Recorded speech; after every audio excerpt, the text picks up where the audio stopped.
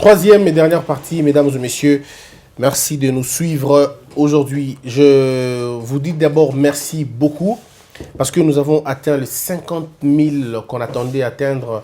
Vous savez, nous sommes là depuis 9 mois, si je ne me trompe pas, hein, depuis le mois de décembre, si je ne me trompe pas. Ça fait comme 10 mois qu'on est en train de travailler jour pour jour et avoir 50 000 vues, disons abonnés. Il faut demander à ceux qui font ce boulot, ils comprendront que c'est extrêmement difficile pour que les gens vous fassent assez confiance. Merci beaucoup. Un temps, je dis c'est bien, mais en même temps, regardez le taux, je veux dire, le nombre de gens qui vivent à la diaspora. On nous parle des 12 millions, il y en a qui parlent des 10 millions, il y en a qui parlent des 7 millions de Congolais qui vivent à l'étranger. Alors, je me disais, si nous avons les 7 millions qui vivent à l'étranger, si nous avons ne serait-ce que 4 millions de personnes qui sont abonnées à notre chaîne YouTube, parce qu'ils veulent suivre nos informations, je crois que ce sera une chose bien. Mais c'est vrai, il faut dire que tout le monde ne suit pas la politique. Il y a des Congolais qui sont partis du pays, totalement désintéressés de la politique. Ils n'aiment pas parler de la politique parce que ça fait mal au fait de voir comment le Congo est en train de s'enfoncer au lieu de s'en sortir. Toutes les occasions que nous avons pour nous en sortir nous ramènent un peu plus en arrière. Et quand vous êtes devant ça, ça fait quand même mal. Donc je comprends pourquoi les Congolais parfois ne s'intéressent pas à la politique. Mais en même temps, quand vous suivez les nombres de vues des gens, d'autres personnes, d'autres vidéos qui sont suivies des gens et tout, vous avez plusieurs vues par rapport à nous, mais vous avez moins d'abonnés par rapport à nous. Donc, que quelqu'un s'abonne à votre chaîne, c'est une marque de confiance. Ça veut dire il s'abonne, il adhère à votre cause. Et adhérer à la cause de quelqu'un, ce n'est pas forcément être d'accord avec lui sur toute la ligne. Non. Moi, j'ai beaucoup d'abonnés, mais qui ne partagent pratiquement pas mon point de vue. Surtout pas dans tous les points. Il y en a qui sont d'accord avec moi et ils me le font savoir. Christian, je suis d'accord avec toi dans ceci, mais dans cela, je ne suis pas d'accord avec toi. Il y a d'autres qui apprécient simplement la manière dont nous nous exprimons. Il y a d'autres qui aiment seulement la façon que nous avons d'exposer le problème. Mais le contenu, ce n'est pas leur problème. Ça ne les intéresse pas du tout. Et, bon. Et puis après, il y a des contradictions. Il y a des gens qui me disent, Christian, on t'aimait bien quand tu partais dans les provinces et tout. Mais regardez les vidéos. Pour vous en rendre compte, regardez le nombre de vues qu'il y avait. Regardez le nombre de vues qu'on a aujourd'hui. C'est différent en tout cas. Regardez le nombre d'abonnés qu'on avait à ce moment-là, regardez le nombre d'abonnés qu'on a aujourd'hui. Donc c'est difficile de dire que tu es en train de baisser ou tu es en train de monter. Parce que si nous évaluons notre travail en fonction des abonnés, comme YouTube nous considère, on est en train de faire des avancées. Mais si nous regardons les vues en termes de progression, je veux dire, on est encore en train un peu d'avancer. Mais maintenant, si nous regardons le temps que nous avons fait, les habitants qui sont à l'étranger, et regardez ce que nous sommes en train de faire aujourd'hui, je peux dire, peut-être pas trop fier, j'aurais voulu, moi, personnellement, avoir 2 millions, 3 millions, 4 millions de personnes et qui me suivent tous les jours. Ça serait un grand plaisir pour moi. Mais le problème, c'est que le produit, ce que je donne aux gens, n'intéresse pas 4 millions de personnes. Ça n'intéresse pas 4 millions de personnes directement, parce qu'il y a des gens qui n'aiment pas la politique. Or, Congo Buzz, c'est pratiquement tourné à la politique, sinon à 80%. En tout cas, vraiment 80%. Et c'est fait à dessein, parce que c'est ce que les gens, à un moment donné, veulent. Quand nous faisons des émissions de moralisation, vous n'avez qu'à voir. Vous n'avez qu'à voir. J'ai produit les émissions de l'École de la Sagesse. Ces émissions n'ont rien à voir avec la politique. Pour la plupart des cas, c'est plutôt la formation. Mais regardez le nombre de vues que j'ai dans École de la Sagesse et regardez le nombre de vues que j'ai dans Critique Info ou dans Tribune de Presse ou bien dans autre chose. Donc le problème, c'est à un moment donné, on ne sait pas ce que le peuple veut. Ce même peuple qui veut le changement, ce même peuple qui veut que les choses changent, c'est le même peuple qui s'abreuve de la bêtise par moment. C'est ce même peuple qui va suivre les émissions Yamati, Yatinate, mais c'est le même peuple qui demande les changements. Parfois, on se dit, on fait quoi? Et je me dis, bon, je fais ce que tu peux. Et voilà pourquoi, je suis en train de continuer dans ma lutte à moi. Ma lutte à moi est celle de dire au peuple congolais que le Congo n'a pas été vendu. C'est extrêmement lâche, excusez-moi, de prétendre que quelqu'un au Congo a le pouvoir de vendre un pays. Non. Ce pays ne peut pas être vendu. Ma mission est de dire aux gens, ne suivez pas les affabulateurs, ne suivez pas les vendeurs de crainte, ne suivez pas les vendeurs d'illusions, les gens qui vous mentent jour et nuit en vous disant des choses qui n'existent pas. Simplement parce qu'ils veulent vous manipuler, ils veulent vous faire peur, ils veulent vous terrasser. Tous les jours, on apprend ces histoires. J'aimerais vous dire en même temps, réfléchissons et changeons les choses. J'appartiens à une génération de changement. J'appartiens à une génération de ruptures. Moi, la rupture, ce n'est pas les hommes. Moi, la rupture, c'est la façon de faire. Parce que ce qui a détruit ce pays, c'est la façon de faire. Mais la façon de faire est impulsée par la façon de réfléchir. C'est parce que nous réfléchissons que nous faisons. Si nous réfléchissons bien, nous ferons bien. Mais parce que nous ne réfléchissons pas bien, nous faisons mal. Je suis d'accord avec ceux qui pensent que notre problème, ce n'est pas forcément les Blancs, comme je l'ai dit l'autre fois. Les gens disent, non mais Christian, tu ne peux pas accuser les Blancs. Je ne suis pas un accusateur, moi. Quand je dis que les Blancs ont fait mal, je ne les accuse pas. Et quand il faut les accuser, je les accuse devant leur propre conscience. Moi, je ne les accuse pas devant quelqu'un pour qu'il aille prendre part, qu'il aille trouver des solutions. Non. Non. Moi, je dénonce les faits. Et nous payons le prix fort. Tu vas dans une ambassade, on te refuse un visa. Et tu te poses des questions, pourquoi vous me refusez les visas? Ils vous disent, non, mais on n'a pas seulement besoin de te donner les visas. Tu comprends tout de suite que c'est toi qu'on vise parce que tu as dénoncé quelque chose. Et tu payes le prix. Mais attendez des secondes, je m'en tape. Nous devons dire la vérité aux Congolais, c'est ce qu'il y a de mieux. Chaque génération a une responsabilité devant l'histoire. De sauver son pays ou de le trahir. On ne trahit pas le pays qu'en volant, qu'en corrompant. Non, même par le silence coupable, nous pouvons trahir ce pays.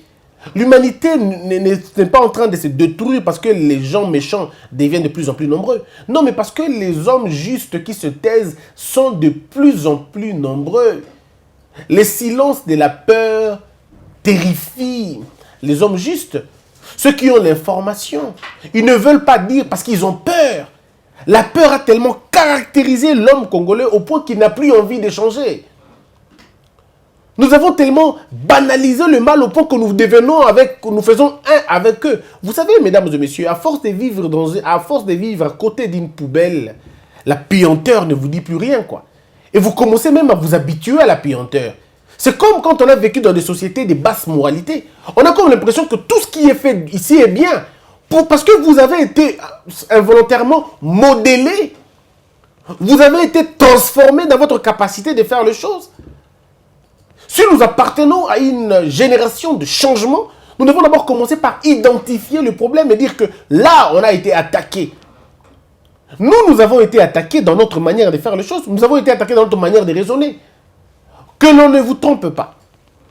L'Asie a été aussi colonisée comme nous, l'Afrique. Mais dans l'Asie, ou en Asie, les colonisateurs n'ont pas touché leur mentalité. Non. Ils n'ont pas touché leur code spirituel. Ils n'ont pas touché. Voilà pourquoi le christianisme, le catholicisme, ces choses n'ont pas eu beaucoup d'ancrage en Asie. La religion bouddhiste ou hindouiste, c'est des religions qui sont restées comme des religions d'État ou des États. Le shintoïsme et bien d'autres sont restés des religions d'État. Parce que c'est leur existence à eux, c'est leur existence spirituelle. Ils savent comment réfléchir de cette façon-là. Vous n'allez pas dire, un Chinois n'est pas complexé quand vous lui dites tu vas aller en enfer. Il n'est pas complexé, il n'est pas terrifié. Mais dites à un Africain qu'il ira en enfer, il est terrifié complètement. Complètement terrifié. Parce que simplement, il a été modélé comme ça. En Chine, on n'a pas touché la mentalité. Je vous rappelle encore à l'époque, je crois au 14e ou 17e siècle, excusez-moi l'année, je peux me tromper de l'année, il y a eu un commerce qui était illégal en Chine. C'était le commerce de l'opium. L'opium était devenu un commerce qui faisait rentrer beaucoup d'argent, mais qui touchait sensiblement la mentalité des Chinois. À l'époque, c'était un général ou un colonel chinois qui écrit une lettre à Madame, à la reine, à l'Angleterre. Je ne sais pas, c'était la reine Victoria. Je peux me tromper des dates et des personnages. Et il écrit cette lettre et il fait comprendre au royaume que le royaume ne pouvait pas se tromper de ce point. Et il pose la question à la reine, est-ce que vous accepteriez que nous puissions venir vendre l'opium chez vous? Pourquoi vous les vendez à la jeunesse chinoise? Parce que la drogue, on la vendait à la jeunesse chinoise. Pourtant, l'Empire ne voulait pas de ça. Mais on vendait ça aux jeunes Chinois pour les enivrer, pour le détruire. pour les distraire, pour les affaiblir. Parce que quand on prend l'alcool jeune, ça affaiblit les neurones. Ça vous affaiblit. C'est pourquoi vous avez au Congo les entreprises qui sont citées par l'État sont des entreprises, pour la plupart des cas, des brasseries, des boissons alcoolisées. La boisson la plus moins chère au Congo, je veux dire, c'est le seul pays où vous trouvez l'alcool moins cher. Je vous ai dit l'autre fois qu'au Congo, vous risquez de trouver que qui s'y est qui s'y est effervescent. Qui s'y est effervescent. Quand vous avez des douleurs ou tout ça, vous dites, bon, non mais la tête est effervescent. Vous allez l'acheter 5500 francs. Mais achetez une bouteille de bière, 1250, 1350, 1550, 2250. Est-ce que vous imaginez? Est-ce que vous imaginez ça? Donc on est dans un pays, on n'est pas en train de comprendre que nous on a été atteints dans notre raisonnement. L'Africain a été atteint dans sa capacité de s'auto-définir. Or, quand vous n'arrivez pas à vous auto-définir, vous n'existez pas. Quand vous n'arrivez pas à vous auto-définir, vous n'existez pas. Le Chinois s'auto-définit pas comme un colonisé. Non. Le Chinois ne s'auto-définit pas comme un petit Français, comme un petit Anglais. Non. Mais l'Africain se définit comme un petit Anglais ou comme un petit Français. Et même quand il veut parler français à la limite comme un blanc. Il veut être comme celui-là. J'ai été étonné quand un grand frère, pour qui j'ai beaucoup de respect d'ailleurs, il me dit, Christian, il ne faut pas accuser trop les blancs. Tu t'habilles en cravate, en veste, c'est eux. Non, mais ça m'a fait rire, franchement, quoi. Dans les symboles du développement, c'est la cravate, c'est la veste. Rien du tout. Rien du tout. Seulement qu'il faut savoir l'histoire du vestimentaire. Quand on connaît l'histoire du vestimentaire, on comprendra qu'on n'a rien copié, en fait. Quand on lit l'histoire du vestimentaire, comment elle a commencé, qui était le premier à mieux s'habiller, qui était le premier à avoir le commerce des textiles, du textile, des tissus. Non, vous comprenez qu'on n'a pas à envier. En fait, quand vous ne connaissez pas l'histoire, vous risquez de croire que c'est eux qui ont commencé. Mais quand vous connaissez l'histoire, vous savez tout de suite que ce n'est pas eux qui ont commencé. Ce n'est pas eux qui ont commencé. J'aimerais ici faire comprendre aux gens que nous, si nous appartenons à une génération de changement, c'est que nous devons d'abord déconstruire les mentalités qu'on nous a données. Et ces mentalités-là sont partout. Cette mentalité qui stipule que nous ne pouvons pas nous développer sans l'aide étrangère, c'est là le plus grand piège. Ils ont créé des pensées prêtes à porter. Ils ont créé des schémas comme ça pour nous mettre dans ces schémas-là et nous faire croire que nous ne pouvons jamais nous développer si nous ne faisons pas confiance à ces derniers. Pourtant, c'est faux et archi faux. Nous pouvons très bien nous développer sans les Blancs. Je le dis encore, sans eux, on peut le faire. On peut le faire. Prenez un exemple. Le jour où nous saurons que notre manioc peut servir en Guinée, à la Guinée, ou au Guinée, notre huile de palme, parce qu'à l'époque, on était producteur de l'huile de palme. À l'époque, on était producteur d'arachide. À l'époque, on était producteur de beaucoup d'autres choses. Mais aujourd'hui, nous ne sommes plus producteurs. Les pays qui n'ont pas ces ressources-là deviennent des producteurs. Vous êtes au Rwanda, ils produisent aujourd'hui les téléphones, ils produisent les smartphones, ils produisent aujourd'hui une voiture, ils assemblent les voitures, ils produisent l'or, tout ça, les coltans, mais ils n'en ont pas chez eux. Moi, je ne plains pas forcément Bango, mais il y a aussi Hollande qui produit des choses dont ils ne sont pas producteurs. Voyez-vous? La Corée est la même chose. Ils produisent des choses dont ils n'en ont même pas chez eux. Même parce qu'ils ont compris que si vous n'avez pas les richesses, alors ayez les services. Créez les services. Si vous créez les services, les matières premières viendront vers vous. Vous allez les transformer et vous aurez beaucoup d'argent. Et nous, maintenant, on a eu un problème. Et le problème, c'est que nous pouvons nous développer en Afrique. Il suffit juste de changer les paradigmes.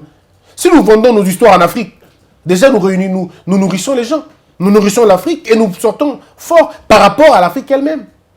Et par rapport à nous-mêmes dans l'Afrique. Nous avons 9 pays voisins. Donc, si nous offrons des routes seulement, je parle des routes, des connexions, pour les 9 autres pays voisins, ça veut dire que nous nous ouvrons dans le monde. On n'a même pas besoin d'aller demander l'aide à la Banque mondiale ou, je sais pas moi, au FMI. Ces institutions qui n'ont jamais développé un pays dans le monde. Si nous avons, on va vous dire non mais comment vous aurez l'argent pour construire vos routes? Oh mais attendez 2 secondes. Qui a construit les routes de la Chine? C'est la Banque mondiale? C'est le FMI? qui construisent les routes en Chine, qui construisent les routes en Inde, qui construisent les routes au Japon? C'est la Banque mondiale? C'est le FMI? C'est quoi? C'est la BAD? Ou c'est la BAHA? C'est Banque asiatique. C'est ça? Non, il faut arrêter de tromper les gens inutilement. Ici, nous croyons humblement que la responsabilité de ce pays dépend de la manière dont nous, les jeunes d'aujourd'hui, nous allons considérer les choses. Si nous voulons arrêter avec la bêtise de la gestion, nous devons arrêter de croire que nous allons nous enrichir au pouvoir. Il faut que les jeunes qui vont faire la politique ou qui sont en politique ou qui veulent faire la politique changent d'idéal. Nous devons changer l'idéal. L'idéal de nos aînés, c'était de s'enrichir. C'était d'avoir plusieurs femmes, d'avoir beaucoup d'enfants, de les envoyer en Europe, d'acheter des maisons en Europe et de vivre en Europe. Maintenant, si nous changeons juste l'idéal, on dit maintenant, nous, on ne va pas entrer pour s'enrichir. Nous allons entrer pour régler le problème communautaire. On va entrer pour régler le problème de la communauté. Nous allons nous rassurer que tous les Congolais se fassent soigner au Congo, au besoin, gratuitement, ou alors à un prix réduit et normal. Nous avons assez de richesses pour nourrir tous les Congolais. Il suffit juste de revoir la façon de partager, de distribuer nos ressources. Il ne faudrait pas que les uns prennent de champagne et d'autres de l'eau. Nous voulons que tout le monde ait de l'eau potable, que certaines personnes aient de champagne, comme le disait Sankara. Nous voulons que tout le monde mange une fois, au lieu que les uns ne mangent pas et que d'autres mangent 3 fois. Non. Nous voulons tous avoir des petits téléphones de 10 $, que les autres manquent les téléphones et que les uns aient des téléphones estimés à 900 000 ou je ne sais pas combien. Nous devons travailler pour qu'il y ait un équilibre social. Et l'équilibre social n'est tenu que par la redistribution équitable de nos ressources. Il faudrait que le président et l'huissier trouvent eux aussi leur gain de cause. Que l'huissier envoie ses enfants à l'école, que l'huissier envoie ses enfants à l'hôpital convenablement, que l'huissier ne se casse pas la tête parce qu'il veut nouer le deux bouts de moi. C'est comme ça que nous voulons faire. Si nous voulons changer l'Afrique, c'est de cette façon-là. Nous voulons tout d'abord démocratiser notre manière de penser. Et chaque couche de la société doit apporter sa pierre dans l'édifice de l'Afrique. C'est pourquoi je parle d'une génération de rupture. C'est cette génération qui va dire, nous sommes le changement et nous le commençons par nous-mêmes. C'est des jeunes gens qui se concentrent non pas à chercher à déshabiller autant de femmes et les amener dans leur lit, mais c'est des hommes qui vont trouver des solutions aux problèmes des autres. Nous voulons trouver des jeunes filles qui ne vont pas calculer leur épanouissement à la taille de leur popotin ou à la taille de leur, je ne sais pas moi comment, mais les femmes qui vont travailler pour l'accomplissement de ce qu'elles ont à l'intérieur d'eux. Nous voulons des femmes africaines de plus en plus indépendantes, des femmes qui vont se prendre en charge d'abord elles-mêmes, des femmes qui ne vont pas, quand elles verront un smartphone à la télé, elles pensent à des paisibles citoyens. Non. Nous voulons des femmes qui vont, quand elles ont besoin de quelque chose, elles vont se les acheter parce que bango va travailler. C'est comme ça qu'on va construire l'Afrique. Il faudrait d'abord que nous puissions demander à nos jeunes sœurs de ne pas prier pour le mariage, mais de prier pour une attitude, de prier pour un comportement, de prier pour une transformation des mentalités, de prier pour une révolution culturelle et d'y travailler. Nous demanderons d'ailleurs aussi aux hommes d'enlever dans leur tête que quand on dit diriger, c'est profiter. Quand on dit gouverner, c'est soustraire de la loi. Non. Ainsi, quand on va éduquer nos enfants dès le bas âge de cette façon-là, on aura un État qui va être transformé demain. Quand on demandera à nos professeurs de ne pas vendre la connaissance, de ne pas l'échanger sexuellement, de ne pas l'échanger en termes d'argent, les choses vont changer aussi. Quand on demandera aux promoteurs d'écoles de ne pas créer des écoles comme des établissements commerciaux, mais comme plutôt des usines de transformation des hommes, où l'on va transformer la tête des gens. En ces moments-là, chacun jouera son rôle dans ce pays. Quand on demandera aux familles d'arrêter d'être des vecteurs de sous-développement ou bien des cimetières des talents, Parce qu'en Afrique, vous le savez, les enfants font exactement ce que le père veut qu'ils fassent. Ce qui n'est pas bien. Vous avez des maçons qui sont morts dans les maisons des gens, simplement parce que papa est avocat, et pour lui, maçon, ça veut dire quelqu'un qui passe son temps. Nous ne voulons pas ça, au fait. Nous voulons que les enfants fassent exactement ce qu'ils sont appelés à faire, afin que chacun jouisse de son temps sur terre. C'est de cette façon-là que nous allons changer notre pays. Pour qu'on change de pays, notre génération de la rupture veut rompre avec les anciens systèmes du passé. C'est quoi? C'est les Djalelo. Venir à la télévision pour supporter des hommes? Venir à la télévision pour crier au nom des gens? Non. Pas des Djalelo dans notre période. Nous sommes jeunes. Nous avons vu comment les Djalelo ont été faits dans ce pays. Nous avons vu comment les Djalelo ont tué ce pays. Nous ne pouvons pas reproduire les mêmes effets. Parce que les mêmes causes produisent les mêmes effets. Le Djalelo, ça produit des dictateurs. Le Djalelo, ça produit des imposteurs. Le Djalelo, ça produit finalement des maraudeurs et des renégats. Alors nous ne devons pas aller dans ce sens-là. Voilà pourquoi je demande aux jeunes frères, jeunes sœurs, partout où vous êtes, battez-vous pour changer ce pays. Partout où vous trouvez, battez-vous pour changer ce pays. N'acceptez pas que quelqu'un vienne détruire ce que nous avons déjà. L'unité de ce pays doit rester une unité. Nous devons léguer à nos enfants le pays tel qu'on nous a légué. Mais mieux encore, malgré l'indiscipline de Mobutu, malgré l'indiscipline, tout ce qu'il y avait à l'époque de Mobutu, Mobutu nous a confié un pays uni. Je rappelle, malgré la dictature de Mobutu, malgré ses mauvaises manières, malgré tout ce que vous pouvez dire, Mobutu nous a légué un pays uni. Malgré la dictature de Kabila, malgré tout ce qu'il y a eu avec Kabila, malgré tout ce qu'il a fait, Kabila est parti du pouvoir au niveau de la tête du pays. Il a laissé le pays, je veux dire, à l'époque c'était uni à l'époque de Mobutu, mais à l'époque de Kabila c'est pas uni parce qu'on n'est pas uni. À l'époque de Kabila, les frontières sont là, sont les mêmes que l'époque de Mobutu. 1 centimètre n'a pas été volé. Je peux vous le garantir. N'acceptons pas que sous Félix, que Minembwe parte. Parce que les gens ne comprendront pas que c'était Kabila. Les gens diront que Félix était faible. N'acceptons pas que sous Félix, que certaines frontières soient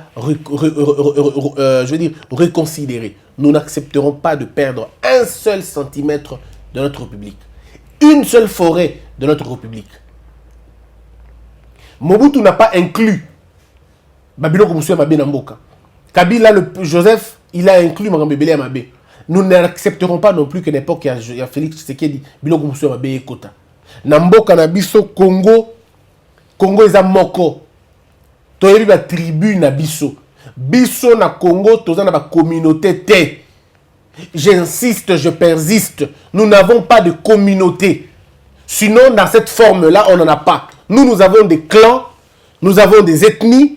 Non, nous avons des clans, nous avons des familles, on a des clans, on a des tribus, on a des ethnies. Nous n'avons pas de communauté. Il n'y a pas de communauté Luba, ils ont na Congo. Communauté ba Luba, bazalakate. Communauté ba Congo, bazalakate. Communauté Nyamulenge, bakozala pété. Si les Banyamulenge veulent être les Congolais, ils doivent avoir la nationalité congolaise et s'attacher à une tribu. Nous ne pouvons pas accepter que dans un pays comme le nôtre, que certaines soient des tribus, d'autres de communautés. Ça n'existe pas. Ne parlons pas les langages des ennemis. Ne parlons pas les langages de ceux qui veulent nous diviser. N'utilisons même pas leur langage. Je vous invite même à faire attention à parler de Est. Nous, on n'est pas de... À l'époque de Mobutu, on a Est. À l'époque de Mobutu, on appelait ça Kivu. N'oubliez pas. On appelait ça Kivu. Tout le monde est Nord. Il y a qui Kivu. Il y a qui Équateur. Il y a qui... ceux qui peuvent Ozaïr, ceux qui peuvent Bazaïr, il y a qui Chaba, il y a qui Bongo. N'importe quoi, Mobutu, Est, c'est la quitté. C'est aujourd'hui qu'on commence à parler de l'Est, de l'Est, de l'Est. On sent même la division dans notre langage. Batoya Est, ça veut dire quoi Batoya Est? Ça veut dire quoi Batoya Est? Donc Batoya Est, ça veut dire qu'on a vu nos Batoya Nord. Nous devons arrêter cette histoire-là. À l'époque de Mobutu, ceux qui avaient mis Mutumorokuna, à l'époque de Mobutu, c'était pas comme ça. C'était l'époque de l'unité. Évitons-nous de tomber dans le trou, dans le piège de l'ennemi. Mes frères, il n'y a pas de communauté au Congo. Nous, la génération de la rupture, la génération du changement, nous disons nous devons d'abord commencer par changer la manière de voir et de faire les choses. Nous devons reconstruire véritablement ce pays. Nous devons le transformer.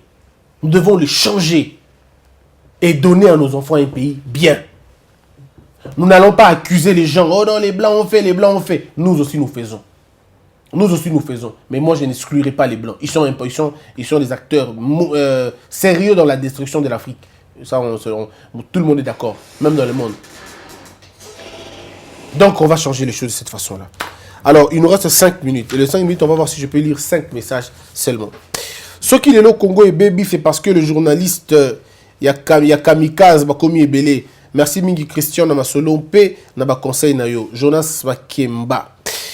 Joseph Lumbala.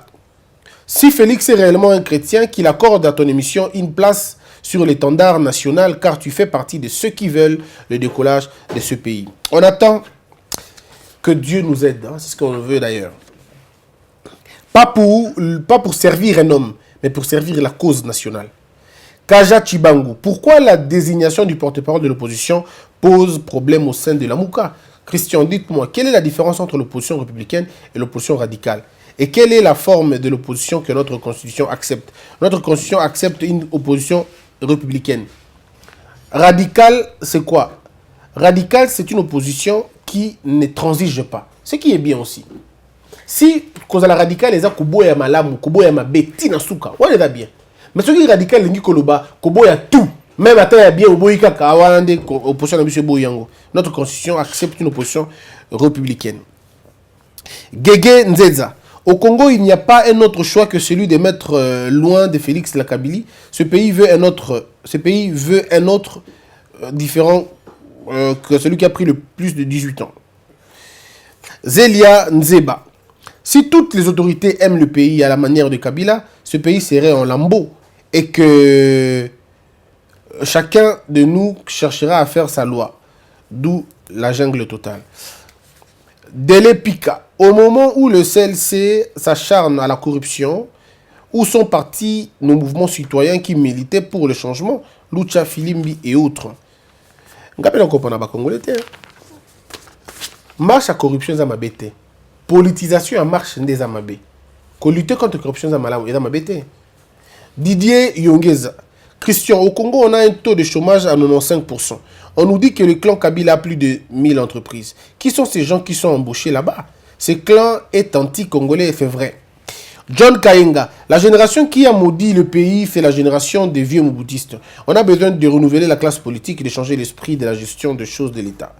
Zandangoma, je m'étonne si aujourd'hui les clans FCC parlent du changement des mentalités alors qu'ils sont tous une mentalité improductive, inondée par l'esprit de vol, détournement et du sang. Petit Kalombo. Dans le régime Kabila, la justice n'était même pas capable d'arrêter le chef de rue parce que tous étaient de la tribu de Kabila. Alors qu'il y a eu alternance, la même justice continue à aveugler Félix. C'est triste, si Cash ne voit absolument rien. Mesdames et messieurs, c'en est fini pour aujourd'hui. Nous vous demandons tout simplement de penser à notre façon de faire les choses, de nous aider à faire mieux le boulot que nous faisons. Contribuer à ce que nous sommes en train de faire. Vous n'allez pas jeter votre argent, comme je dis toujours. Nous avons besoin d'argent, on en a vraiment besoin. Nous avons besoin d'avoir de nouveaux matériels ou matériaux si vous voulez. Nous avons besoin d'avoir de nouveaux plateaux parce que nous sommes en train de créer une autre chaîne qui va commencer à passer à Kinshasa. Ça demande beaucoup d'argent. Alors s'il vous plaît, aidez-nous à faire mieux ce que nous sommes en train de faire. Vous contribuerez à éduquer les gens. Ce que nous faisons, Bilondi Kaboza consommateur en Ango, mais que vous allez bien surtout avancer, vous allez très bien. Notre équipe Congo Buzz ne fait que s'agrandir. Il fait que s'agrandir. Donc s'il vous plaît, aidez-nous à faire mieux les choses. Je ne sais pas en dire plus parce que je n'ai pas les moyens qu'il faut pour en dire plus. Mais aidez-nous, ça va faire une très bonne chose. Je dis solennellement merci à toutes ces personnes qui nous ont fait confiance. 50 millions de vues, d'abonnés, 50 000 abonnés. Qu'est-ce que j'ai avec les chiffres? 50 000 abonnés, c'est beaucoup. C'est vrai, j'ai envie d'avoir 50 millions d'abonnés. Peut-être dans une année ou je sais pas moi, dans 2 ans. Je voudrais avoir 50 millions d'abonnés. Mais je vous demande, vous, mes frères, de vous abonner massivement, de partager nos liens, ça va nous faire plaisir. Merci d'être nombreux en tout cas. Je souhaite aussi joyeux anniversaire. Comme ce n'est pas dans nos habitudes, mais je le fais quand même, parce que c'est quelqu'un qui mérite cela. Il s'appelle Mbebo Liwata, notre caméraman. C'est un garçon qui travaille beaucoup ici. Il est avec nous. Némi, joyeux anniversaire, joyeuse fête. Âge dans les Kango, ça fait, je sais plus moi, en tout cas, une bonne décennie, ou je sais pas moi combien d'années avant. Mais joyeux anniversaire en fait. Nous, on a vieilli, on vieillit encore. Et tu as tout à la paix à Hervé et Thomas, tout à la paix à Jacob, tout à la paix à Astrid. Depuis Astrid a fait un anniversaire, tu as invité. Ça a fait 2 ans, après 2 ans. Et puis Milka, au mot pas fait qui a eu anniversaire. C'est des jeunes gens en tout cas qui non seulement travaillent bien, mais ils aiment ce qu'ils font, c'est ce qui est très bien. Et Jérémy Maïkan dit manque beaucoup. Lui aussi, il va fêter son anniversaire dans peu de temps. Merci beaucoup. Moi, mon anniversaire, c'est le 5 janvier. Donc, exactement, Moussika, le 5 janvier. Que la peur quitte nos esprits et que Dieu bénisse la RDC.